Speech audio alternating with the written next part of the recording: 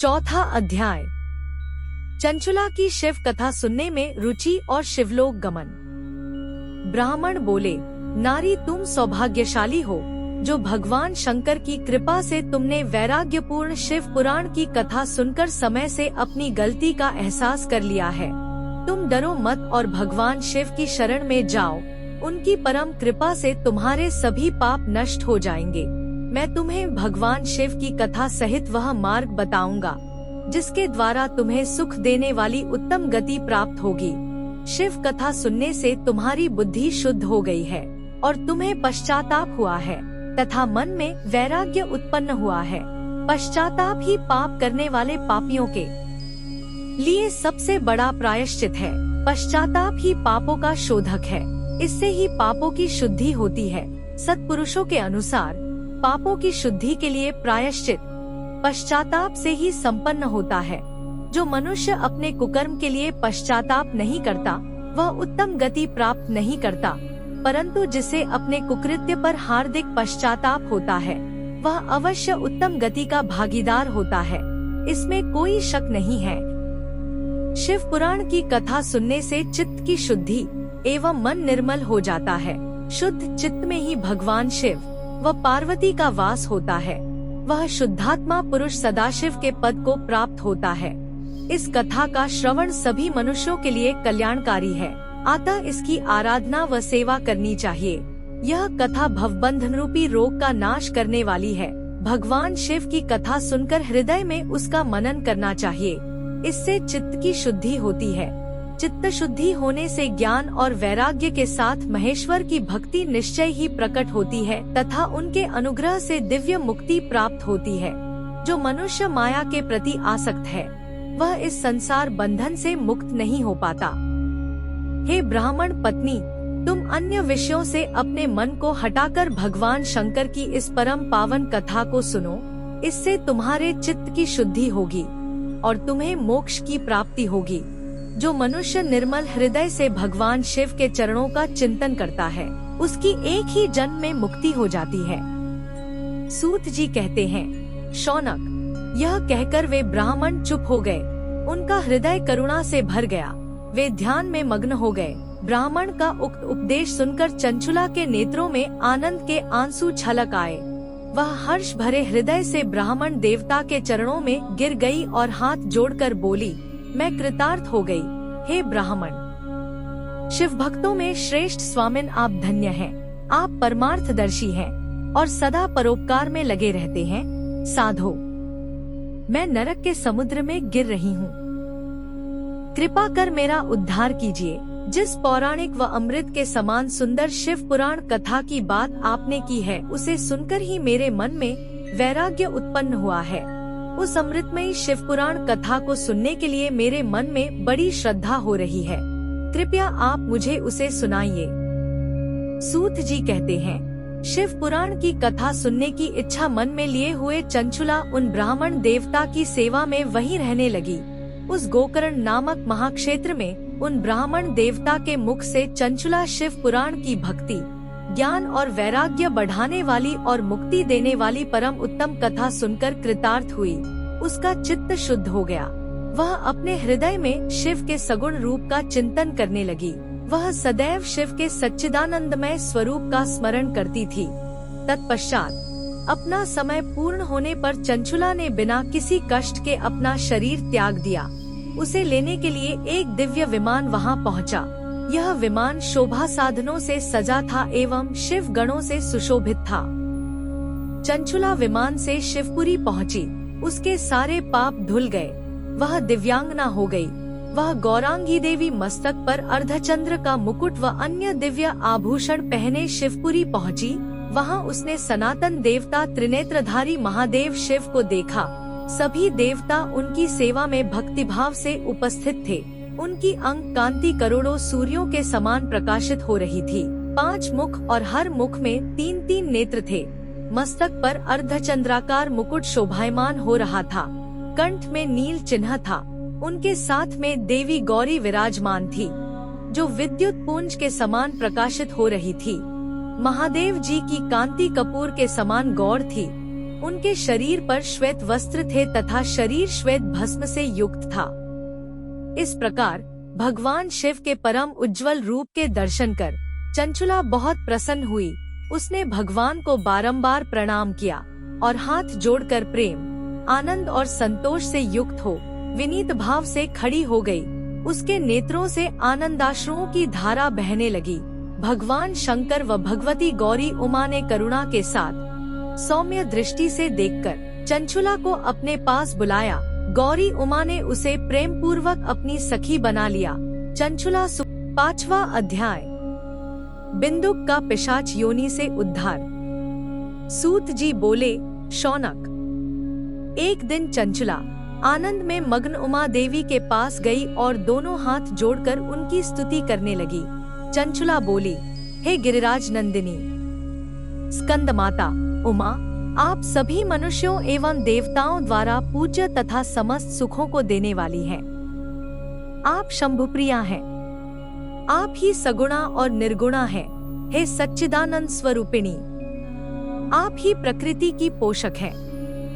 हे माता, आप ही संसार की सृष्टि, पालन और संहार करने वाली हैं। आप ही ब्रह्मा, विष्णु और महेश को उत्तम प्रतिष्ठा देने वाली परम शक्ति हैं। सूत जी कहते हैं, शौनक, सद्गति प्राप्त चंचुला इस प्रकार देवी की स्तुति कर शांत हो गई। उसकी आंखों में प्रेम के आंसू उमड़ आए। तब शंकर प्रिया भक्तवत्सला उमा देवी ने बड़े प्रेम से चंचुला को चुप कराते हुए कहा, सखी चंचुला, मैं तुम्हारी स्तुति से प्रसन्न हूँ। बोलो, क्या वर मांगती हो? चंचुला बोली, हे गिरिराज कुमारी, मेरे पति बिंदुक इस समय कहाँ हैं? उनकी कैसी गति हुई है? मुझे बताइए और कुछ उपाय कीजिए ताकि हम फिर से मिल सके। हे महादेवी, मेरे पति एक शूद्र जाति वेश्या के प्रति आसक्त थे और पाप में ही डूबे रहते थे। गिरिजा बोली, बेटी, तुम्हारा पति बिंदुक बड़ा पापी था। उसका अंत बड़ा भयानक हुआ। वेश्या का उपभोग करने के कारण वह मूर्ख नरक में अनेक वर्षों तक अनेक प्रकार के दुख भोग कर अब शेष पाप को भोगने के लिए विंध्य पर्वत पर पिशाच की योनि में रह रहा है। वह दुष्ट वहीं वायु पीकर रहता है और सब प्रकार के कष्ट सहता है। सूत जी कहते हैं, शौनक, गौरी देवी की यह बात सुनकर चंचुला अत्यंत दुखी हो गई। फिर मन को किसी तरह स्थिर करती हुई दुखी हृदय से मां गौरी से उसने एक बार फिर पूछा, हे महादेवी, मुझ पर कृपा कीजिए और मेरे पापी पति का अब उद्धार कर दीजिए। कृपा करके मुझे वह उपाय बताइए जिससे मेरे पति को उत्तम गति प्राप्त हो सके। गौरी देवी ने कहा, यदि तुम्हारा पति बिंदुक शिव पुराण की पुण्य में उत्तम कथा सुने तो वह इस दुर्गति को पार करके उत्तम गति का भागी हो सकता है। अमृत के समान मधुर गौरी देवी का यह वचन सुनकर चंचुला ने दोनों हाथ जोड़कर मस्तक झुकाकर उन्हें बारंबार प्रणाम किया तथा प्रार्थना की कि मेरे पति को शिव पुराण सुनाने की व्यवस्था कीजिए। ब्राह्मण पत्नी चंचुला के बार बार प्रार्थना करने पर शिवप्रिया गौरी देवी ने भगवान शिव की महिमा का गान करने वाले गंधर्वराज तुम्बुरो को बुलाकर कहा, तुम्बुरो, तुम्हारी भगवान शिव में प्रीति है। तुम मेरे मन की सभी बातें जानकर मेरे कार्यों को सिद्ध करते हो। तुम मेरी इस सखी के साथ विंध्य पर जाओ। वहाँ एक महाघोर और भयंकर पिशाच रहता है। पूर्व जन्म में वह पिशाच बिंदुक नामक ब्राह्मण मेरी इस सखी चंचुला का पति था। वह वेश्यागामी हो गया। वह स्नान संध्या आदि नित्य कर्म छोड़कर अपवित्र रहने लगा। क्रोध के कारण उसकी बुद्धि भ्रष्ट हो गई। दुर्जनों से उसकी मित्रता तथा सज्जनों से द्वेष बढ़ गया था। वह अस्त्र शस्त्र से हिंसा करता, लोगों को सताता और उनके घरों में आग लगा देता था। चांडालों से दोस्ती करता व रोज वेश्या के पास जाता था। पत्नी को त्याग कर दुष्ट लोगों से दोस्ती कर उन्हीं के संपर्क में रहता था।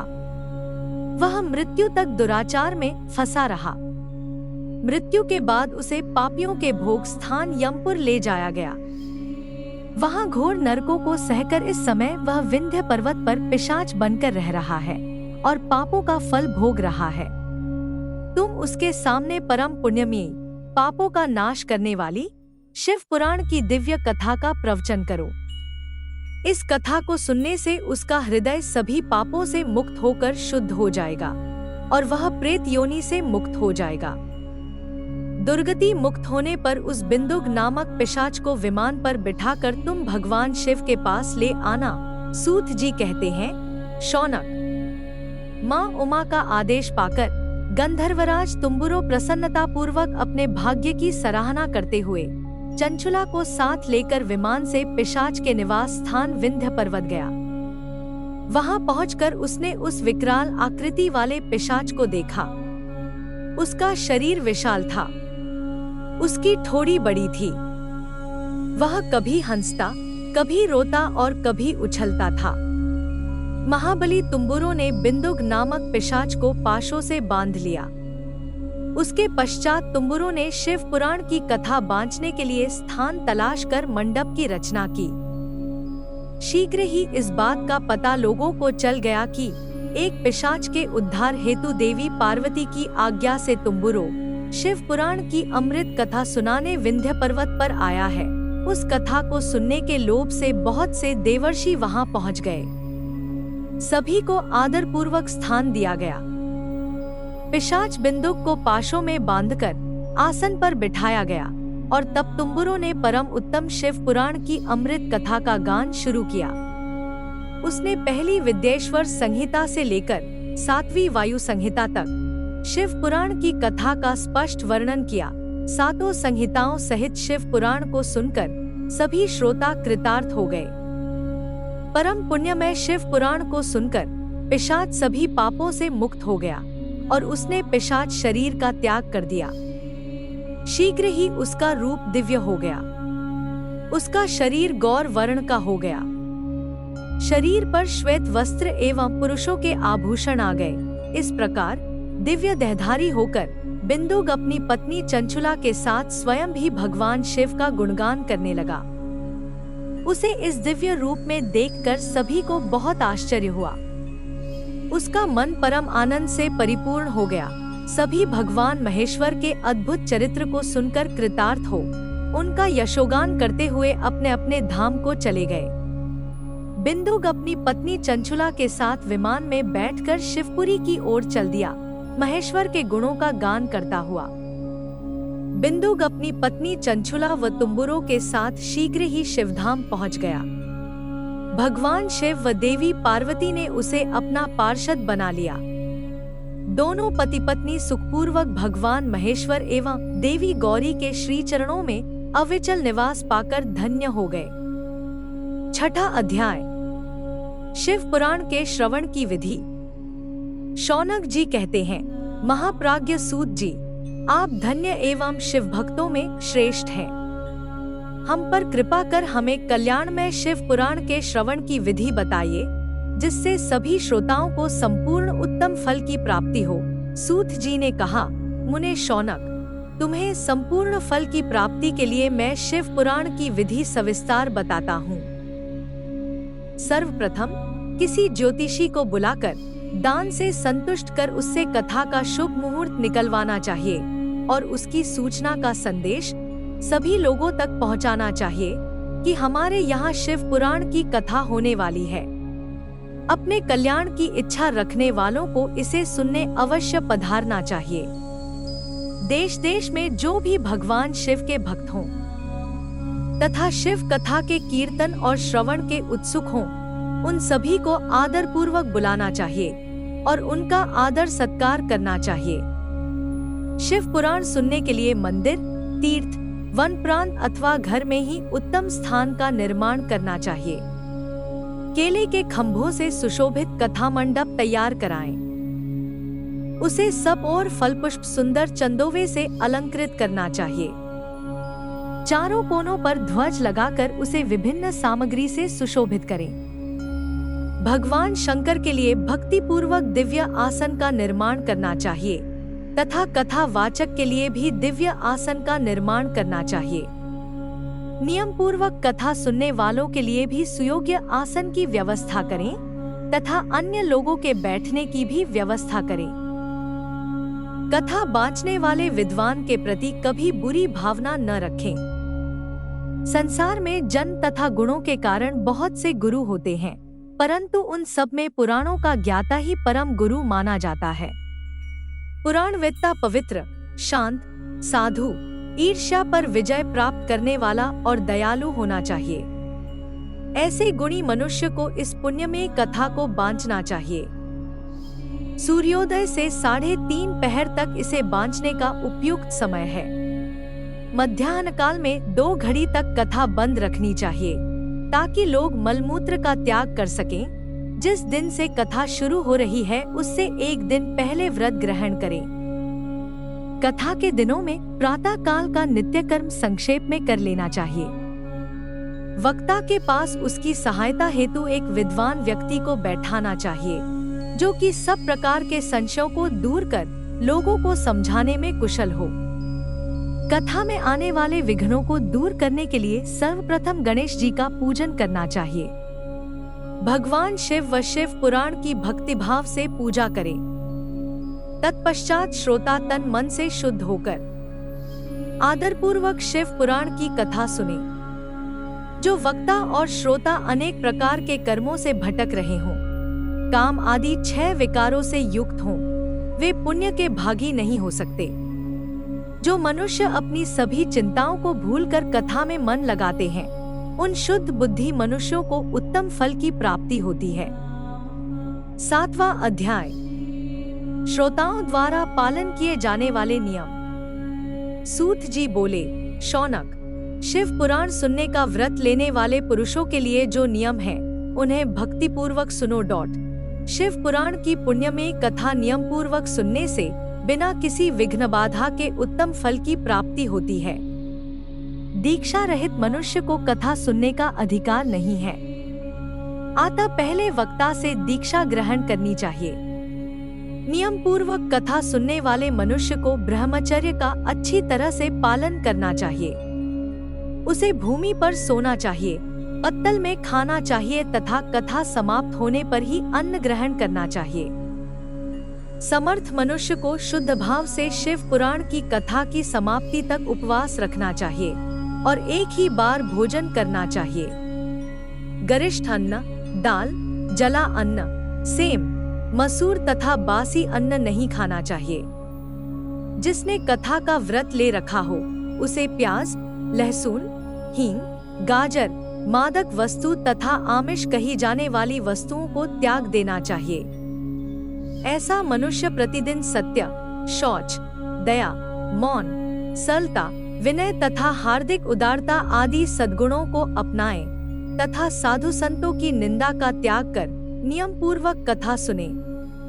सकाम मनुष्य इस कथा के प्रभाव से अपनी अभीष्ट कामना प्राप्त करता है और निष्काम मोक्ष प्राप्त करता है। सभी स्त्री पुरुषों को विधि विधान से शिव पुराण की उत्तम कथा को सुनना चाहिए। महर्षि, शिव पुराण की समाप्ति पर श्रोताओं को भक्ति पूर्वक भगवान शिव की पूजा की तरह पुराण पुस्तक की पूजा भी करनी चाहिए तथा इसके पश्चात विधि पूर्वक वक्ता का भी पूजन करना चाहिए। पुस्तक को रखने के लिए नया और सुंदर बस्ता बनाएं।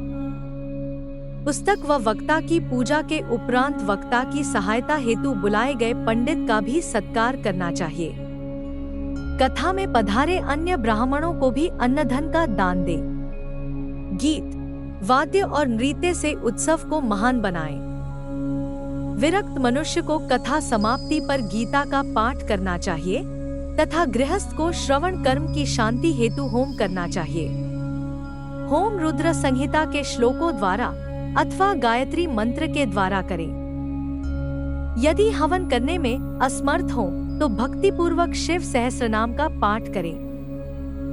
कथा श्रवण संबंधी व्रत की पूर्णता के लिए शहद से बनी खीर का भोजन 11 ब्राह्मणों को कराकर उन्हें दक्षिणा दें। समृद्ध मनुष्य 3 तोले सोने का एक सुंदर सिंहासन बनाए और उसके ऊपर लिखी अथवा लिखाई हुई शिव पुराण की लिखी पोथी विधिपूर्वक स्थापित करें तथा पूजा करके दक्षिणा चढ़ाएं। फिर आचार्य का वस्त्र, आभूषण एवं गंध से पूजन करके दक्षिणा सहित वह पुस्तक उन्हें भेंट कर दें। शौनक, इस पुराण के दान के प्रभाव से भगवान शिव का अनुग्रह पाकर मनुष्य भवबंधन से मुक्त हो जाता है। शिव पुराण को विधिपूर्वक संपन्न करने पर यह संपूर्ण फल देता है तथा भोग और मोक्ष प्रदान करता है। मुने, शिव पुराण का सारा महात्म्य जो संपूर्ण फल देने वाला है मैंने तुम्हें सुना दिया है। अब आप और क्या सुनना चाहते हो? श्रीमान शिव पुराण सभी पुराणों के माथे का तिलक है। जो मनुष्य सदा भगवान शिव का ध्यान करते हैं, जिनकी वाणी शिव के गुणों की स्तुति करती है और जिनके दोनों कान उनकी कथा सुनते हैं, उनका जीवन सफल हो जाता है। वे संसार सागर से पार हो जाते हैं। ऐसे लोग यहलोक और परलोक में सदा सुखी रहते हैं।